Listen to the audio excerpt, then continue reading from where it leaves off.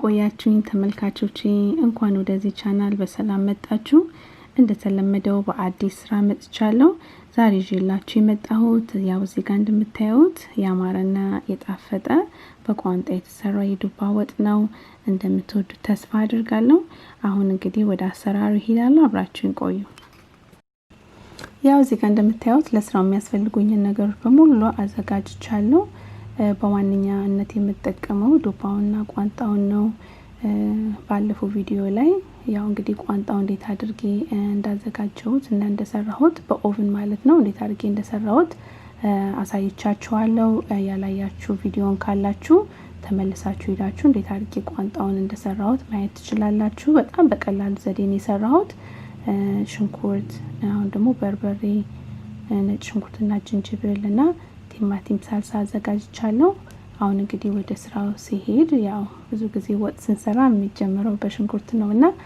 በርከት አድርጌ ሽንኩርት አዘጋጅቻለሁ እሱም ሽንኩርቱን ማብሰል ጀምራለሁ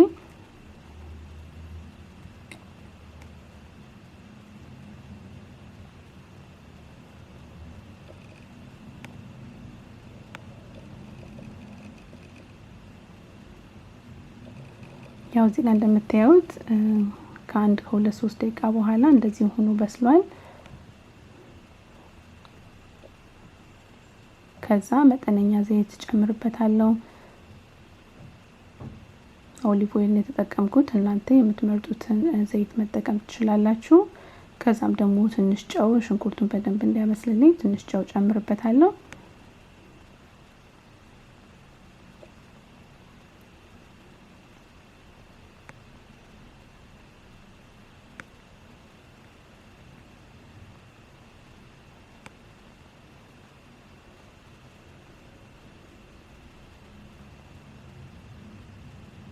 ከዛ እዚህ ጋር ያው ሽንኩርቱ ደግሞ በደንብ እስከሚጠበስልኝ ድረስ እየጠበስኩት ማለት ነው እዚህ ጋር ያዘጋጀሁትን ቋንጣ መቆራረጥ ጀምራለሁ እና በቢላ አይደለም የምከትፈው በእጄ ብቻ ቆርጥ ነው ማደርገው ያው እዚህ ጋር እንዳያችሁ ደግሞ ተለቅ አድርጌ ነው ከተፍኩት ያው ላበላል እንዲመች አድርጌ ተለቅ አድርጌ ነው ቆረጥኩት ያው ማድቀቅ የሚፈልግ ሰው ካለ አድቃችሁ መቆራረጥ ትችላላችሁ እኔ ግን ያው ተለቅ አድርጌ ነው ገንጠል ያደረኩት በደንብ አድርጌ ሲዝን አድርጌ ስለሰራሁት በጣም ነው የሚጣፈጠውና ስወጣ ስገባ ራሱ እየቀነጣጠኩኝ ልጨርሰው ነበርና በጣም ቆንጆ ነው እንደዚህ አድርጎ አንዳንዴም ሰርቶ እንደ ስናክነት ለመጠቀም ትችላላችሁ ያው እንዳያችሁት በደንብ ሲዝን ሆኗል መልኩም ያምራል እዚህ ጋር ደግሞ እንደምታዩት ያው ሽንኩርቱ በደንብ በስሎልኛል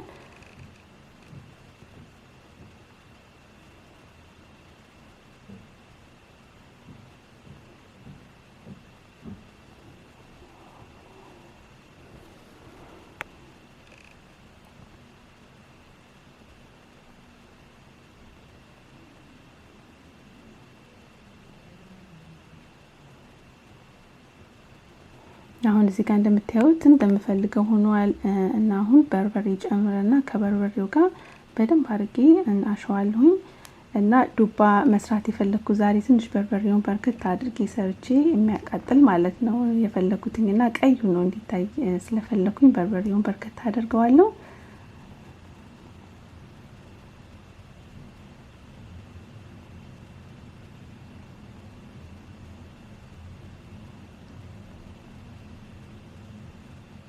ያው አንድ 3-4 ሾርባ ማንኪያ ነው ጨመርኩት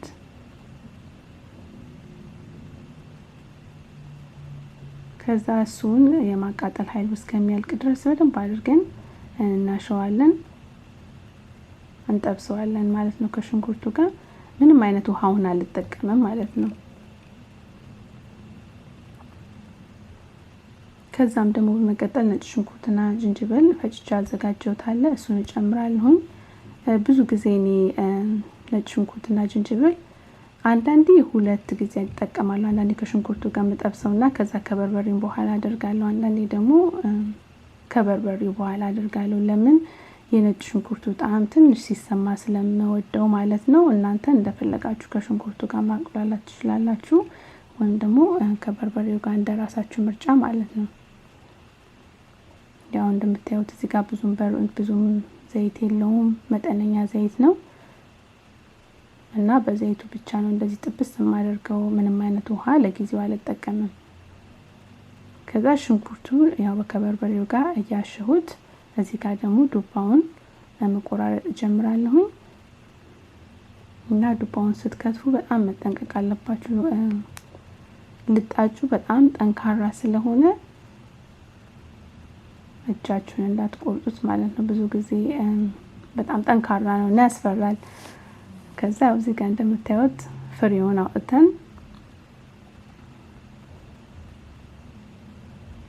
መከፈለጋችሁ ፍሬውን መጠቀም ትችላላችሁ። ኦቨን ውስጥ አስቀምጣችሁ ያው ከበሰለ በኋላ እንደ መቁላት ማለት ነው ቆልተን መጠቀም እንችላለን።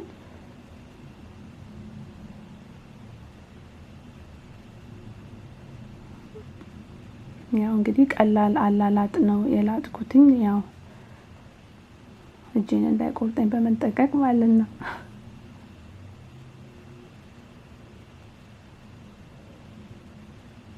እና እንዳያችሁት ዱባው ሁለት አይነት ዱባ ነውና አንደኛው ፍሬ ያለበት ዱባ ሳሳ ያለ ነው። ፍሬ የሌለበት ደግሞ የጫፉ ፓርት ደግሞ ወፈር ያለ ነውና ሲበስል ብዙ ጊዜ ማየት ያለብን ስሱን ነውና ሳሳ ያለው ከበሰለ መብሰል ሳይሆን ያው ሊበስል ትንሽ ከቀረው ቶሎ ማውጣት፣ ያዛኛው እስከሚበስል መጠበቅ የለብንም። ምክንያቱም ሳሳ ያለው እንዳይቦካብን ማለት ነው። ይሄ ፓርት ማለት ነው። ይሄ ሳሳ ያለ ነው ምክንያቱም ፍሬ የነበረበት ቦታ ስለሆነ ቶሎ የሚበስለው ስለሆነ በጣም መጠንቀቅ አለብን ማለት ነው። ያው እዚህ ጋር እንዳያችሁት በደንብ ብሎ ተቆላልቷል እና ትንሽዬ የቶማቶ ሶስ አጨምራለሁኝ። እንደው የቶማቶ ሶስ ደግሞ ከዚህ በፊትም የሰራሁት አለኝ፣ የሰራው ቪዲዮ አለ። እሱን ሄዳችሁ ማየት ትችላላችሁ። ለረጅም ጊዜ እንዴት አድርገን ቶማቶ ሶስ ሰርተን ማስቀመጥ እንደምንችል ቪዲዮ ሰርቻለሁ። እሱን ያላያችሁ ሄዳችሁ ማየት ትችላላችሁ። እና እሱን ትንሽዬ ነው የጨመርኩት፣ ግማሽ ኩባያ የሚያክልና ያው በርበሬው ቃጠል እንዲያደርግ ፈልጋለሁ ስላልኩኝ ብዙ ለስላሳ እንዳይሆንብኝ ነው ትንሽ ቲማቲም የጨመርኩት። ያው ቋንጣውንም ደግሞ ቆራርጬ አዘጋጅቻለሁ። አሁን እንግዲህ ሙቅ ውሃ ጨምርና ሳልሳ ሶሱ ላይ ማለት ነው ትንሽ ቀጠን ካደረኩት በኋላ ቋንጣውን ጨምራለሁ ማለት ነው።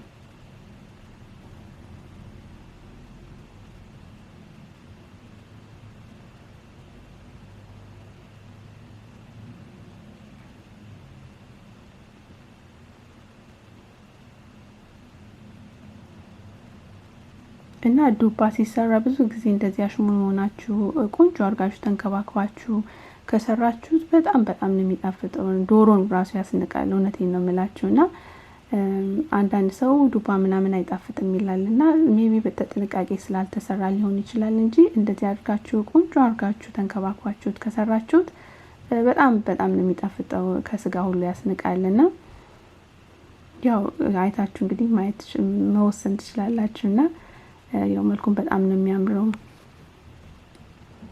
እዚህ ላይ ራሱ ትንሽ ውሃ ጠብ አድርጎ እንጀራ ጨምሮ ፍርፍር ሁሉ ማድረግ ይቻላል። ቋንጣ ፍርፍር እንዴት እንደሚጣፍጥ እንግዲህ ማንም ነው የሚያውቀው። እና ቋንጣው በጣም ጠንካራ ስላልሆነ ለረጅም ጊዜ አላበስለውም። 1-3 ደቂቃ ከበሰለ በኋላ ነው ዱባውን የምጨምረው ማለት ነው።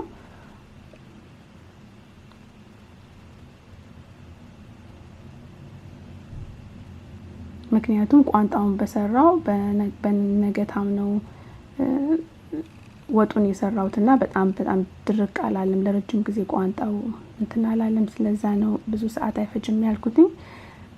ከዛው እንዳያችሁት ዱባውን ጨምሬያለሁኝ።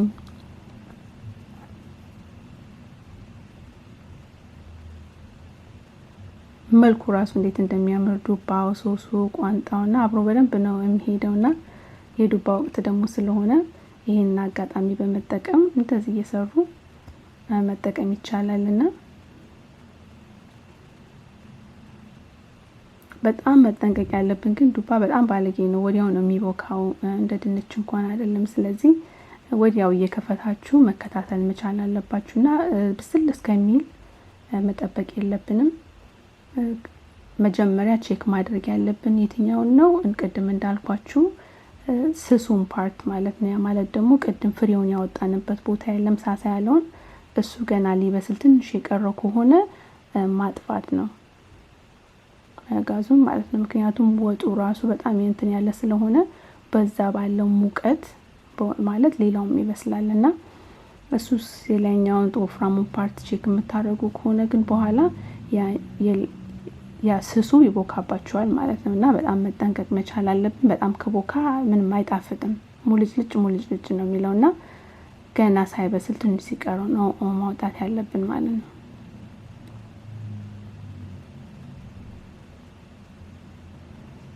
እንግዲህ አሁን ያው ቼክ አድርጌው እያለቀ ስለሆነ ኮረሪማና ወይም ደግሞ መከለሻ እና አንድ ማንኪያ የሻይ ማንኪያ የኢትዮጵያ ቅቤ እጨምራለሁ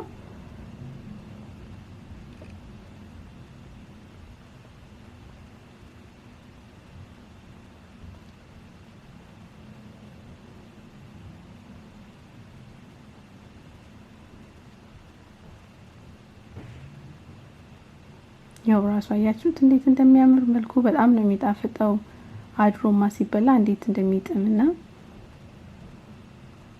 አሁን በቃው ጋዙን አጠፋዋለሁ እና ገና እንትኑ ይሄ ዱባው ስቀምሰው ትንሽ ኮርሸም ምን የሚለው ገና 100% አልበሰለምና ለኔ ጥሩ ነው ምክንያቱም አንድ 5 ደቂቃ ቁጭ ካደረጋችሁት በኋላ ስታዩት በዛ ውስጥ ያለው ቴምፕሬቸር በሙቀቱ በኃይለኛ ሙቀት ስላለው የተከተከ ስለነበር ራሱ ያበስለዋልና እንደዛ አድርጌ አስቀምጠውና ከዛም በኋላ እንደዚህ ያደረግን እንመገባለን አይውላችሁ እንዴት እንደሚያምር ለዛሬ ያሰብኩት ስራ ይሄንን ይመስላል ሼር ኮሜንት ላይክ ያደረጋችሁ ለምታበረታቱኝ ሁሉ ከልቤ ነው የማመሰግነው በሚቀጥለው ስራ እስከምንገናኝ በሰላም ቆዩ